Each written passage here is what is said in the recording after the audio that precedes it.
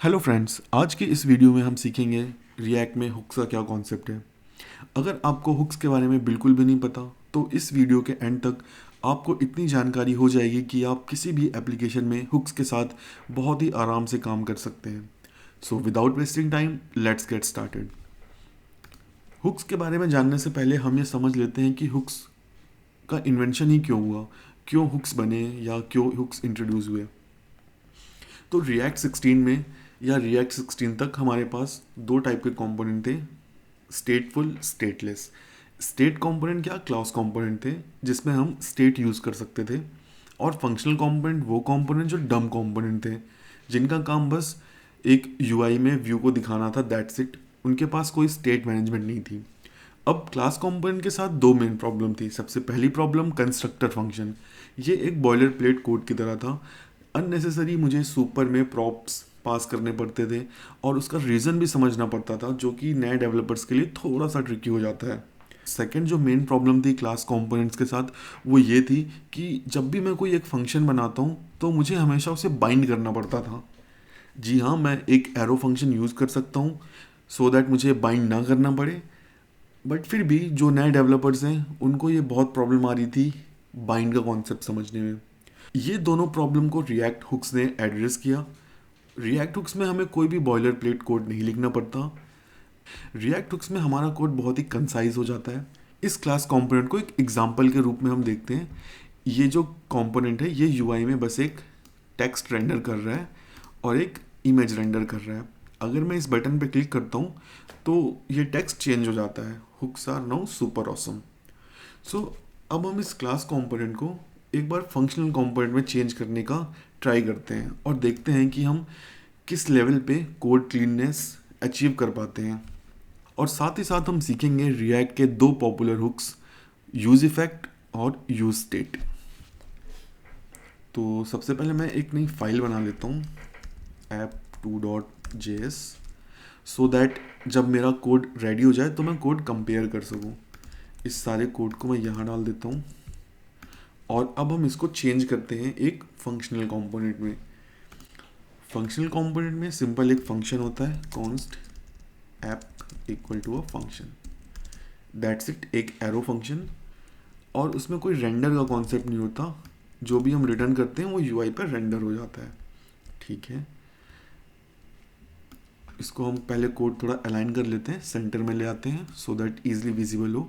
तो ये मेरे पास एक क्लास कंपोनेंट है। चलिए इसे मैं एक फंक्शनल कंपोनेंट में कन्वर्ट करता हूँ। इसे एक फंक्शनल कंपोनेंट में कन्वर्ट करने के लिए सबसे पहले मैं ये लाइन रिमूव कर देता हूँ और एक फंक्शन बना लेता हूँ, ऐप। ये एक फंक्शन रहेगा, एरो फंक्शन, ठीक है। इसकी ज़रूरत, कंस्ट्रक्टर की ज़रूरत नहीं है। अपडेट टाइटल में अभी के लिए मैं ये लाइन हटा देता हूँ और रेंडर फंक्शन की भी ज़रूरत नहीं है, डायरेक्टली हम रिटर्न कर सकते हैं फंक्शनल कंपोनेंट में, ये सभी को पता है। और अभी के लिए मैं ये ऑन क्लिक भी हटा देता हूँ, दिस डॉट टाइटल भी हटा ही देता हूँ। चलिए यहाँ पे मैं बस एक हार्ड कोडेड स्ट्रिंग रख लेता हूँ, this is title, TITLE, okay. ठीक है, अब इसे रिफ्रेश करके देखते हैं यूआई पे क्या है। ओके, तो यहाँ पे हमें अपडेट टाइटल को भी रिफैक्टर करना पड़ेगा। ये बेसिकली होगा const update title equal to, and this will be an arrow function. Okay, अब देखते हैं यूआई। ठीक है, this is title. Console check कर लेते हैं कोई एरर तो नहीं है। ठीक है, कोई एरर नहीं है। कंसोल हम ओपन रहने देते हैं और अब चलते हैं कोड में। ठीक है, तो मेरा अब ये फंक्शनल कंपोनेंट रेडी है। अब हम देखते हैं कि हम कैसे इसमें स्टेट ऐड कर सकते हैं। स्टेट मैनेजमेंट ऐड करने के लिए हमारे पास जो सबसे पॉपुलर हुक है, रिएक्ट डॉट यूज स्टेट, हम वो यूज़ करते हैं। कॉन्स्ट एक एरे बना लेते हैं, अभी के लिए एक एरे बना लेते हैं equal to React dot use state. ठीक है, तो यह सिंटैक्स है अगर हमें एक फंक्शनल कंपोनेंट में स्टेट मैनेजमेंट यूज़ करना है। रिएक्ट डॉट यूज स्टेट ये एक हुक है। अगेन, हुक एक नॉर्मल फंक्शन होता है जो कुछ वैल्यू रिटर्न करता है और उस हुक्स में स्टेट मैनेजमेंट की फंक्शनैलिटीज़ होती हैं। तो ये जो यूज़ स्टेट हुक है एक फंक्शन है, इसमें कुछ रिएक्ट स्टेट मैनेजमेंट की फंक्शनैलिटीज़ हैं। तो अगर ये यूज़ स्टेट एक फंक्शन है तो ये कुछ रिटर्न करता होगा। जी हाँ, ये दो चीज़ें रिटर्न करता है, एक स्टेट और उस स्टेट को चेंज करने के लिए एक फंक्शन। अगेन मैं रिपीट कर देता हूँ, यूज़ स्टेट दो चीज़ें रिटर्न करता है, एक तो स्टेट वेरिएबल, और दूसरा वो फंक्शन जिसका यूज़ करके हम वो स्टेट अपडेट कर सकते हैं।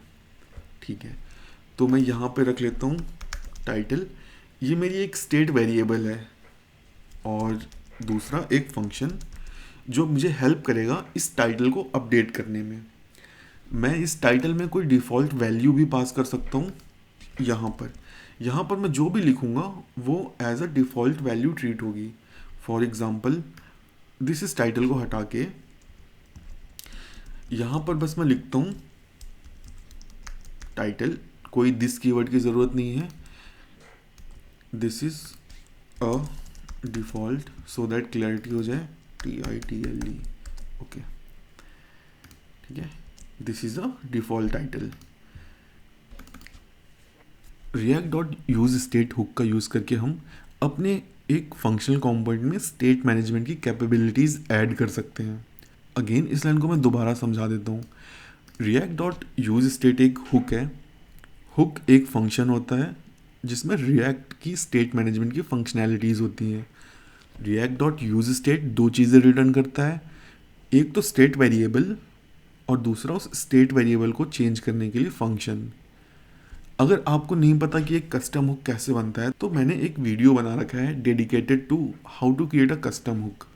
अगर आप वो वीडियो देखेंगे तो आपको पता चल जाएगा कि कैसे ये यूज़ स्टेट वर्क कर रहा है। एक नॉर्मल फंक्शन है जो बस कुछ वैल्यूज़ हमें रिटर्न कर रहा है और वो वैल्यूज़ क्या एक एरे के फॉर्म में है। अब ये एरे के फॉर्म में ही क्यों है? ये एरे के फॉर्म में वैल्यू इसलिए रिटर्न करता है सो दैट हम यहाँ पे कोई भी नाम यूज़ कर सकें। अगर वो ऑब्जेक्ट भेजता तो यहाँ पर नाम फिक्स होता। एरे का एडवांटेज ये है कि मैं यहाँ पे अपने वेरिएबल का कोई भी नाम रख सकता हूँ। ठीक है, तो अब हम ये समझ गए हैं कि रिएक्ट यूज स्टेट में डिफ़ॉल्ट वैल्यू हम पास करके सेट कर सकते हैं जो हमें दो चीज़ें रिटर्न करके देता है, स्टेट वेरिएबल का नाम और उसको चेंज करने का फंक्शन। ठीक है, तो हमने वेरिएबल को तो यूज़ कर लिया, अब यूज़ करते हैं उस फंक्शन को जो ये वेरिएबल चेंज करने में हेल्प करेगा। अपडेट टाइटल फंक्शन के अंदर मुझे सेट टाइटल को कॉल करना है, अपडेटेड वैल्यू के साथ I am updated title, that's it, और मेरा काम ख़त्म।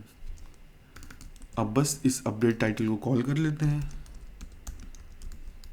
No this keyword, okay, refresh, click and see, मेरा टाइटल अपडेट हो चुका है। अगर आप चाहते हैं तो आप इस कोड को और छोटा कर सकते हैं, इसको हटा के आप यहाँ ऐड कर सकते हैं एक एनोनिमस फंक्शन बना के।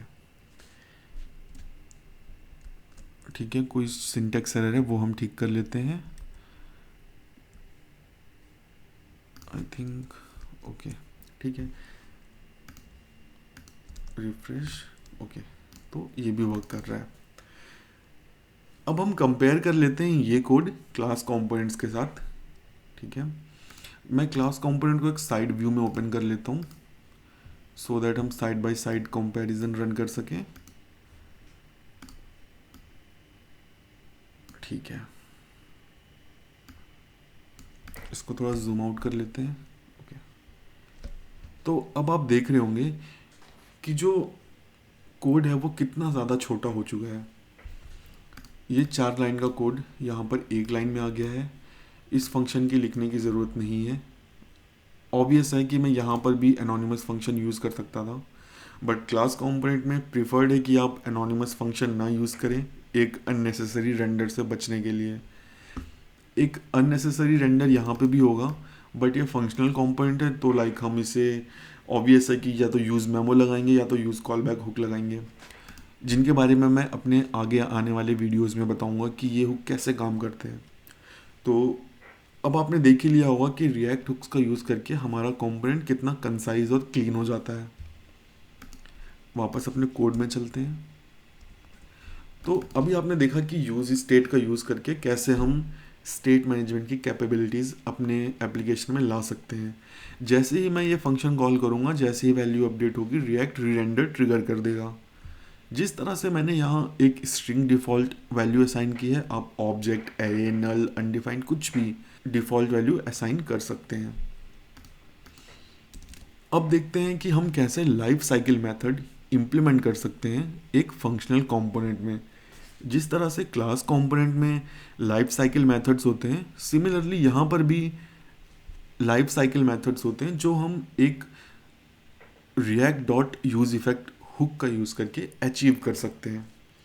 React dot use effect hook का सिंटेक्स कुछ ऐसा है, मून ब्रैकेट्स ओपन क्लोज। ये एक फंक्शन एज एन आर्ग्यूमेंट लेता है, तो मैं एक function as an argument pass कर देता हूँ, और ये सेकेंड आर्ग्यूमेंट भी लेता है एक एरे। अब इस एरे को कहते हैं डिपेंडेंसी एरे। ठीक है, ये क्या होता है ये हम अभी थोड़ी देर में समझते हैं। अब ये जो मैंने इतना सा कोड लिखा है, ये बिहेव करेगा कंपोनेंट डिड माउंट के जैसे। अगर मैं यहाँ पे करूँ console.log कंपोनेंट डिड माउंट, ठीक है, और अब सेव करके रिफ्रेश, और कंपोनेंट डिड माउंट यहाँ पर लॉग हो चुका है। ये एक ही बार लॉग होगा, आप देख रहे हैं। ठीक है, जब मेरा कंपोनेंट माउंट होगा, जनरली यहीं पे हम अपनी API कॉल्स वगैरह ट्रिगर करते हैं। अब समझ लेते हैं इस डिपेंडेंसी एरे का क्या सीन है। तो अगर मैं चाहता हूँ कि मेरा ये जो यूज़ इफ़ेक्ट है ये बार बार ट्रिगर हो, और ये कब ट्रिगर हो, जब कुछ सर्टेन वैल्यूज़ चेंज हो। फॉर एग्ज़ाम्पल, मैं चाहता हूँ जैसे ही मेरा ये टाइटल चेंज हो, मेरा एक यूज़ इफ़ेक्ट दोबारा ट्रिगर हो जाए, तो मैं ये चीज़ अचीव कर सकता हूँ। ये सिमिलर है component will receive prop and component did update. हम ये सेम फंक्शनैलिटी अचीव कर सकते हैं यहाँ पर मैं लिख सकता हूँ टाइटल। अब जितनी बार भी मेरा टाइटल चेंज होगा, ये फंक्शन कॉल होगा। इसे मैं रीनेम भी कर देता हूँ, टाइटल चेंज्ड, और ये पहली बार भी कॉल होगा जब मेरा कंपोनेंट माउंट होगा। ठीक है, रिफ्रेश करते हैं, टाइटल चेंज्ड पहली बार लॉग हो गया। अब जब मैं इस पे क्लिक करूँगा तब ये दोबारा कॉल होगा, टाइटल चेंज्ड काउंट इंक्रीज हो गया, क्योंकि मैंने टाइटल को डिपेंडेंसी एरे में डाल रखा है। जिस तरह से वॉचर सब कुछ देखते रहता है, उसी तरह से ये जो डिपेंडेंसी एरे है हर वेरिएबल पे वॉच रखता है। जैसे ही वो वेरिएबल चेंज होगा, ये यूज इफेक्ट मेथड को ट्रिगर कर देगा। अब देखते हैं कि हम कंपोनेंट अनमाउंट कैसे अचीव कर सकते हैं।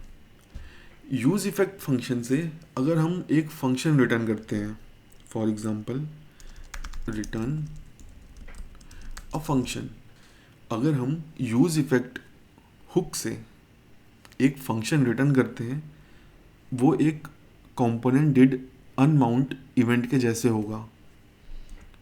यहाँ पर मैं जो कुछ भी लिखूंगा वो तभी ट्रिगर होगा जब मेरा कंपोनेंट अनमाउंट होने वाला होगा।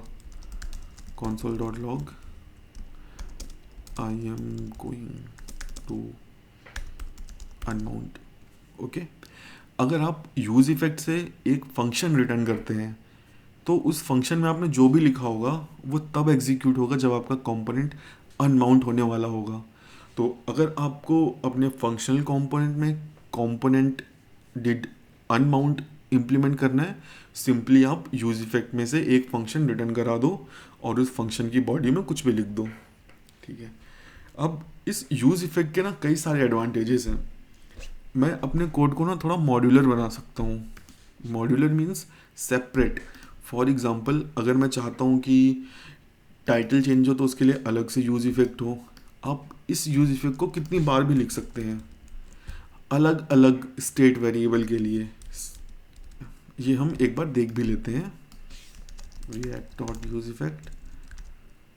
ओके, ये एक फंक्शन लेगा as an argument, cool. Dependency array अगर ये ब्लैंक है दैट मीन्स ये बिहेव करेगा कंपोनेंट डिड माउंट के जैसे, ठीक है। और यहाँ पे हम लिख देते हैं लॉग डिड माउंट, और इसको मैं 1 2 3 1 2 3 सेम ऑर्डर में यहाँ पर लॉग हो चुके हैं। अगर मैं चाहता हूँ कि ये वाला जो हुक है ये बार बार चले, जितनी बार टाइटल चेंज हो तो मैं यहाँ पे टाइटल डाल दूंगा और रिफ्रेश क्लिक, बस डिड माउंट 2 कॉल हुआ क्योंकि मैंने डिपेंडेंसी एरे में टाइटल डाला है। तो मिला जुला के यही कॉन्सेप्ट है यूज स्टेट और यूज इफेक्ट का। Let me know in comments अगर आपको कोई भी डाउट है रिएक्ट हुक्स में, and I will try to answer them.